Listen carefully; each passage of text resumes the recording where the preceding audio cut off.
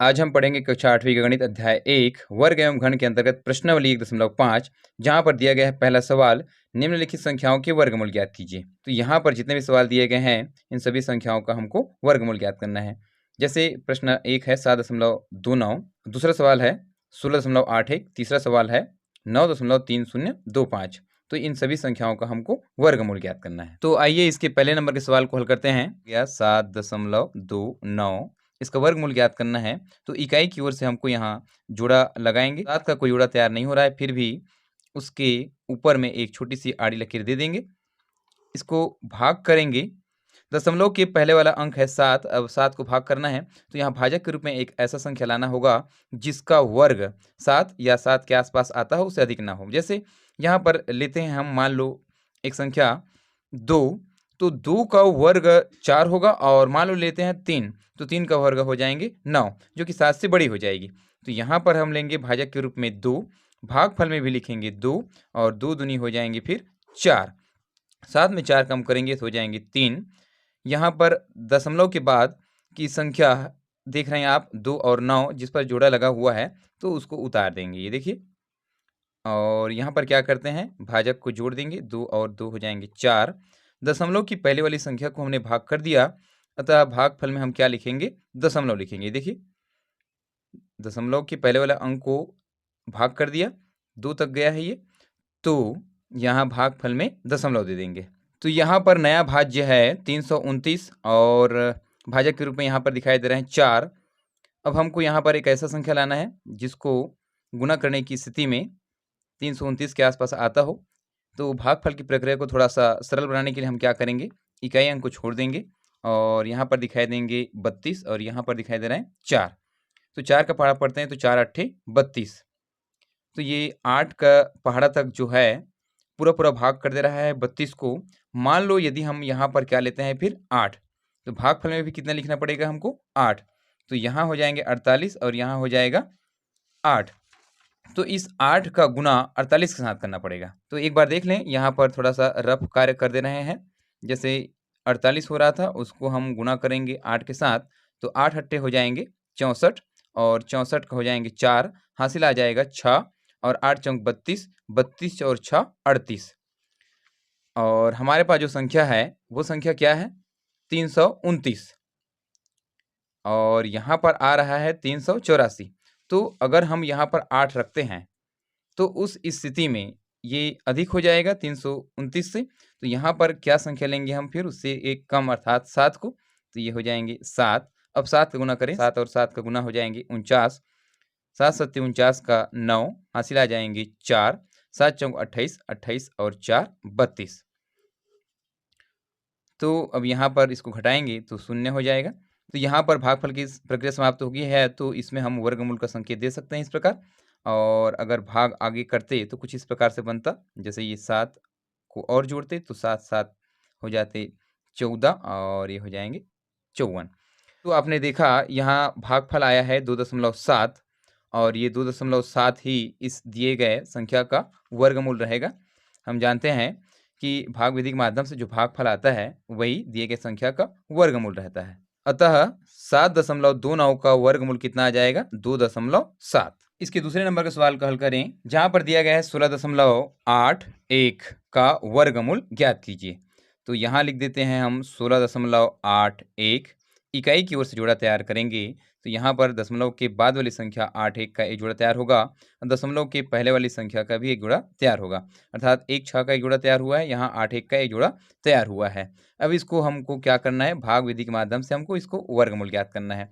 यहाँ पर दशमलव के पहले वाली संख्या दिखाई दे रहे हैं 1 6 अर्थात 16। तो इस 16 को पहले भाग देना है क्योंकि दोनों संख्याओं का एक जोड़ा तैयार हुआ है। तो यहाँ पर भाजक के रूप में एक ऐसा संख्या लाना है जिसका वर्ग 16 के आसपास आता हो, तो वह संख्या है 4, क्योंकि 4 का वर्ग होता है 16। तो 4 का वर्ग हो जाएंगे 16, ये हो जाएंगे 0। अब यहाँ नया जोड़ा है 8 1 का, उसको यहाँ पर उतार देते हैं भाज्य के रूप में। यहाँ पर क्या करते हैं, ये जो 4 संख्या है उसको 4 से ही जोड़ देंगे तो हो जाएंगे 8। चूंकि अभी अभी आपने देखा दशमलव के पहले वाले संख्या को हमने भाग कर दिया, तो भागफल में अब क्या कर देंगे, दशमलव दे देंगे। क्योंकि अब यहाँ पर दशमलव के बाद वाली संख्या को हल करना है। यहाँ पर है 81, यहाँ पर क्या रखेंगे तो इसका मान 81 बराबर होगा, तो ये तो बहुत सरल है। ये देखिए 1 रख देंगे, भागफल में भी हम 1 रख देंगे, तो 1 का गुणा करेंगे 81 के साथ तो क्या आ जाएँगे 81 और यहाँ पर हो जाएँगे 0 घटाएँगे तो यहाँ पर कर देंगे आप जैसे 1 लिए थे नया भाजक तो ये हो जाएगा आपका 82 चूँकि शेषफल 0 आ गया है तो इसको और अब भाग देने की ज़रूरत नहीं है।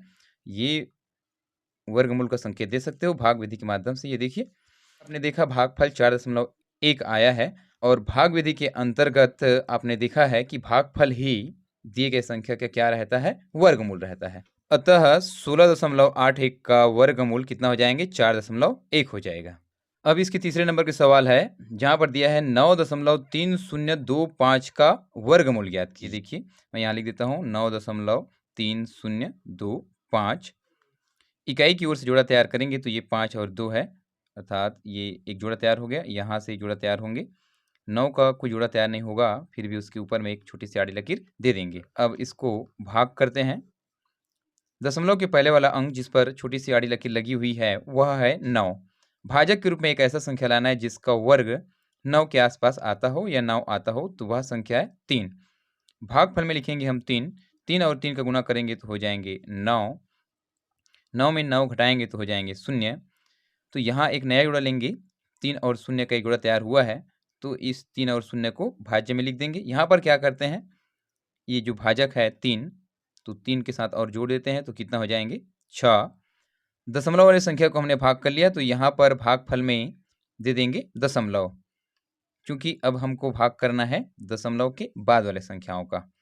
तो यहाँ पर भाज्य के रूप में है 30, यहाँ है भाजक 6। यदि हम यहाँ पर 1 भी लेते हैं तो ये बन जाएगा 61, अर्थात भाजक जो बनेगा 61 लेकिन भाज्य है कितना 30। चूँकि इस 30 को अभी-अभी उतारे हैं तो इसको एक बार हमेशा भाग देने का प्रयास करते हैं। तो यहाँ पर हम 1 के बजाय क्या लिख देंगे 0, तो इसको एक बार भाग दे देंगे। तो ये तो 0 का गुणा अब 60 के साथ कर देते हैं तो उस स्थिति में हो जाएंगे 0। ये हो जाएंगे फिर 30, नया जोड़ा उतारेंगे 2 और 5 का तो ये हो जाएंगे 2 और 5 का। यहाँ पर क्या करते हैं, अभी-अभी नया भाजक के रूप में हमने लिए थे 0 को, तो 0 को यहाँ लिख देंगे और जोड़ देंगे तो हो जाएंगे 60। तो भाजक के रूप में आ गया है आपके पास 60 और फिर यहाँ नया भाज्य जो बना है वो है 3025। इस पर कौन सा अंक लाएं, इसकी जानकारी के लिए एक सरल सा प्रक्रिया अपनाते हैं। इसकी इकाई और दहाई अंक को छोड़ देते हैं तो ये दिखेंगे आपके पास 30। इसके भी इकाई अंक को छोड़ देते हैं तो आपके पास रहेंगे 6। 6 का पढ़ा पढ़ेंगे तो 6 पंचे 30। तो यहाँ पर क्या संख्या लेंगे हम फिर 5। ये देखिए अब 5 भागफल में भी लिखना है ये, तो ये 5 का गुना अब नए भाजक जो बना है 605 के साथ, तो इस 5 का गुना नए भाजक 605 के साथ करेंगे तो कितना आएगा देखिए 5 पंचे हो जाएंगे 25, 25 का 5 हासिल आ जाएंगे 2, 5 शून्य 0, 0 और 2 2, तो और 5 6 का हो जाएंगे 30। अब इसको घटाएंगे तो हो जाएगा 0, तो यहाँ पूरा भाग चला गया है। यहाँ पर कर सकते हो आप नए भाजक लिए हो 5, तो 5 और 5 हो जाएंगे 10, 1 और 6। भागफल की प्रक्रिया समाप्त हो गई है, तो यहाँ पर दे देंगे हम वर्गमूल की आकृति। ये देखिए क्या देखा आपने 9.3025 का जब हम भाग किए तो उसका भागफल आया है 3.05 और आप जानते हैं भाग विधि के अंतर्गत भागफल ही दिए गए संख्या का वर्गमूल रहता है। अतः 9.3025 का वर्गमूल कितना हो जाएगा 3.05।